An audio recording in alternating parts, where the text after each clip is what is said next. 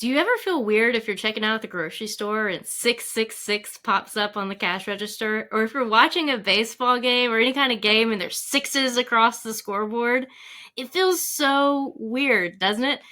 This is one of those questions we get all the time. What does 666 mean in the book of Revelation? And how would this have made sense to John's original audience? If you're interested in this, check it out with us.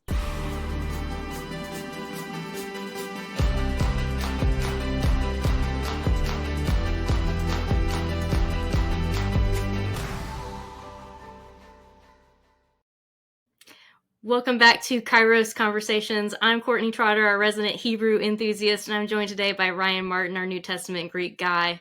If you're someone who wants to dive into the original languages of the Bible, you have questions about Greek or Hebrew resources, you have found the right place, because here at Kairos Conversations, we want to help you discover the world of the Bible through the original languages. All right, so Ryan, we've already let in just a little bit, and this is going to be your territory. You've done a lot of work in the book of Revelation. You're a Greek guy, but this also will have a little bit of give and take because this has some Hebrew leanings here.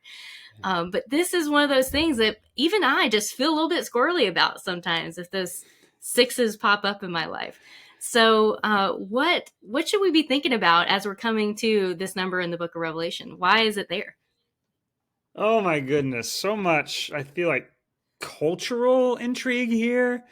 I mean, 666 has been fascinated the Christian imagination and just the Western cultural imagination for centuries and centuries, and it's a big question even among scholars disagreeing today. Why this number? What does it mean? What role does it play in kind of this narrative flow of the book of Revelation? It's very fascinating.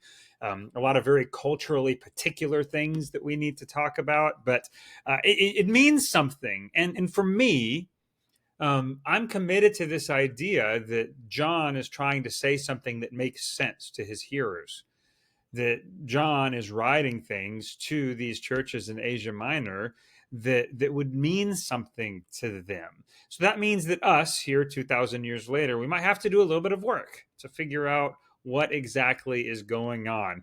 And our goal here is not to go into the direction of speculation or like trying to uncover some hidden code. It's about bridging the cultural gap so that we can understand a document that's really old and is using numbers in a way that's very different than the way that we use numbers today. The way that we talk, even poetically today, we don't do these kind of number games. This number game we're going to be looking at today with reference to 666 is something called Gematria, which is basically math. It's addition, right? So if you don't like math, don't turn off the video yet. We're going to do the math for you. But this was a very normal, common way of using Hebrew letters and their numerical equivalents to add up to something. And it was all, you can almost see it like a game. Not a game in that it's silly or unimportant, but a game in that we're kind of getting a numerical value out of a word. Right. So that's what we're going to do the math with today. We're going to look at 666 with this concept of gematria and see why many New Testament scholars take this text to mean a particular thing. Awesome. So do you have any examples of the kind of games that we could have expected that aren't just like Revelation related? Yeah, I mean there's mentions of Jesus's name using this math coming out to 888. You can find in early Christian literature that's fun and interesting.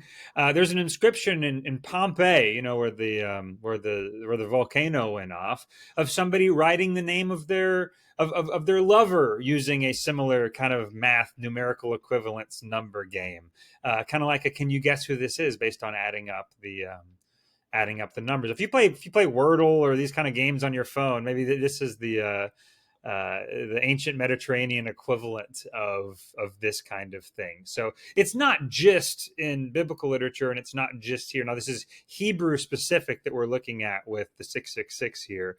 But this concept of numbers being assigned to letters and adding them up to kind of a sum that represents that word is widespread.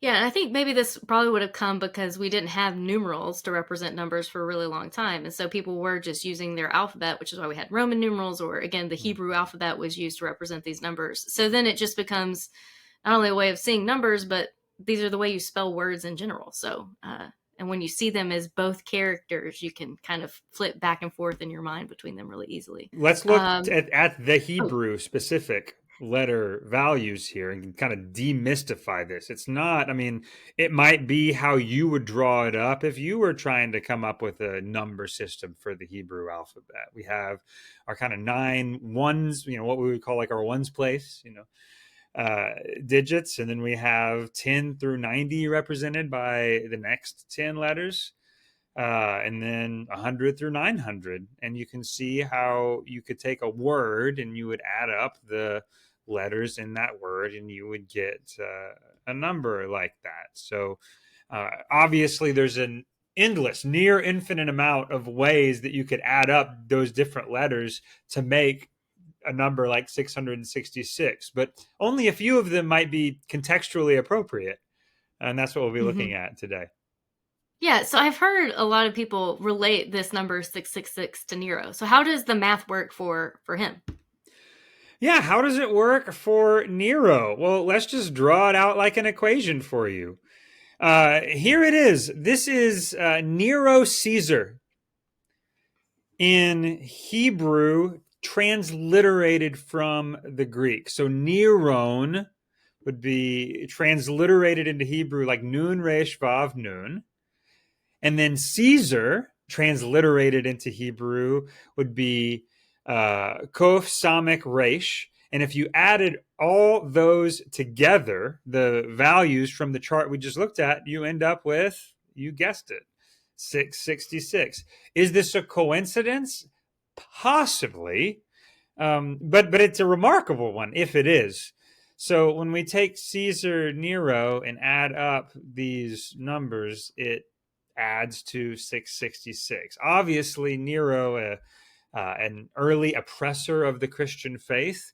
The whole book of Revelation is about Christian witness in an imperial context. The world like unveiling this revealing, when thinking Revelation, right, revealing the true reality where Jesus is Lord and not Caesar, right? That's what the book of Revelation is about.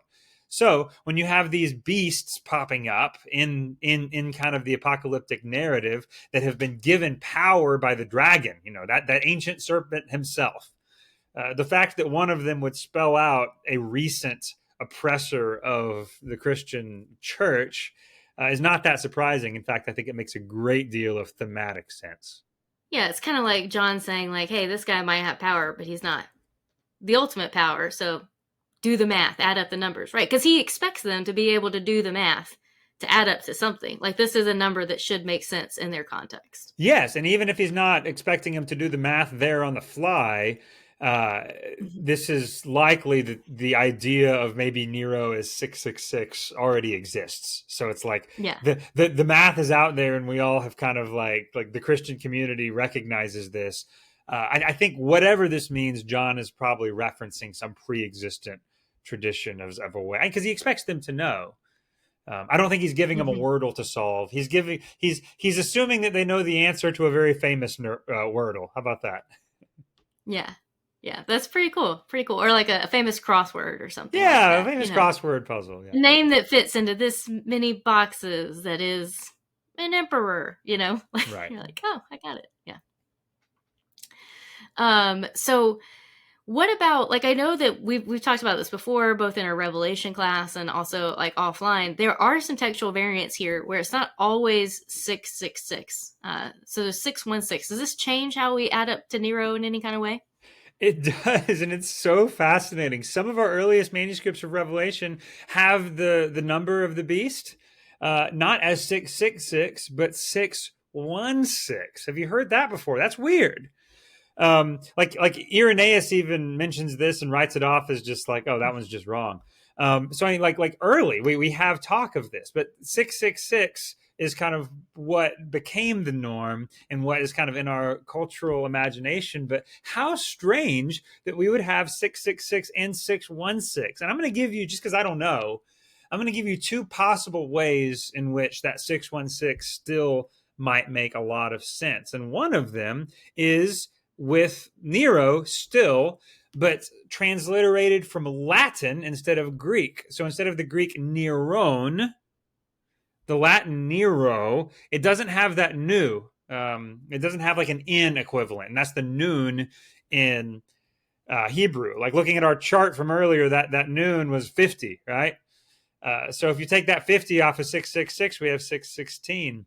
So it could very well be that it's all about Nero. It's obviously Nero. It's clearly Nero. And the 666 and 616 represent two different spellings of Nero, right? Depending on maybe the editor, the scribe, how they would think that their audience would understand. It's like, okay, I know that the author wants to communicate Nero.